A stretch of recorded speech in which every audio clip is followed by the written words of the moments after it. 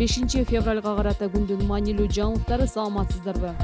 Сокулук районунун Жаңы Жер айылында аялын бычактап өлтүрүүгө шектелип, анын күйөөсү кармалды. Бул тууралуу 4 февралда Чүй облустук милициясы билдирди. Окуя тууралуу 4 февралда саат 9:36 чамасында Сокулук райондук милициясына билдирүү түшкөн. Жерине барган тартип сакчылары аялдын сөөгүн табышкан. Шектүүгө адам өлтүрүү беренеси менен кылмыш иши козголуп, убактылуу кармоочу жайга киргизилди. Учурда экспертизалар дайындалып, тергөө иштери уланууда. Милициянын маалыматы боюнча, бул үй-бүлөдөгү чыр-чатак жөнүндө 3 февралда да билдирүү түшүп, ал күнү маркум аялга коргоо ордери берилген экен. Башкы прокуратура акыркы 2,5 жылдын ичинде Кыргызстанда үй-бүлөлүк зомбулуктан 34 аял каза болгонун билдирген.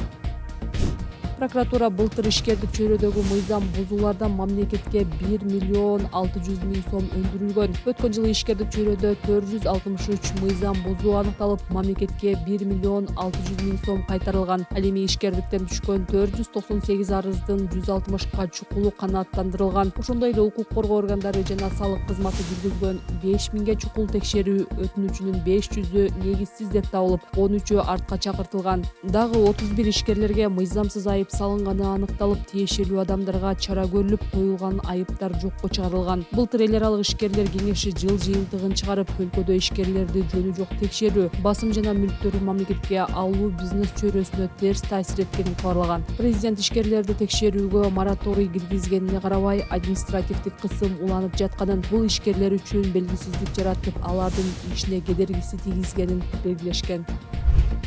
Вице-мэр Айтматов проспектисине клеондор отургузулаарын билдирди. Депутат Айсулуу Мамашева парламенттин укук тартиби, кылмыштуулук менен күрөшүү жана коррупцияга каршы аракеттенүү комитетинин 4 февралдагы жыйынында жарандар Бишкектин Айтматов проспектисинин боюндагы тиректордун кыйылышынан нааразы болуп жатканын билдирди. Мамашева Бишкектин вице-мэри Жамалбек Ырсалиевден кыйылган тиректорду эмне кылышаарын жана алардын ордуна кандай дарактар отургузулаарын сурады. Ырсалиевдин айтымында, мэрия эски тиректордун ордуна отургузуу үчүн 4,5 метрлик клеондун көчөттөрүн сатып алды. Ал ошондой эле кыйылган тиректордун бир бөлүгү муктаж үй-бүлөлөргө отун катары берилерин белгиледи. Атка минер жооп катары катуу шамал болгондо эски тиректор унааларга, адамдарга кулашы мүмкүн экенин билдирди. Былтыр ноябрдын аягында мэрия Айтматов проспектисинин боюндагы кооптуу тиректорду кыя баштаган. Мэр Айбек Чүнүшалиев андай дарактардын жалпы саны 1400 экенин айтып, алардын ордуна шаардын климатына туура келе турган башка дарактар отургузулаарын айткан.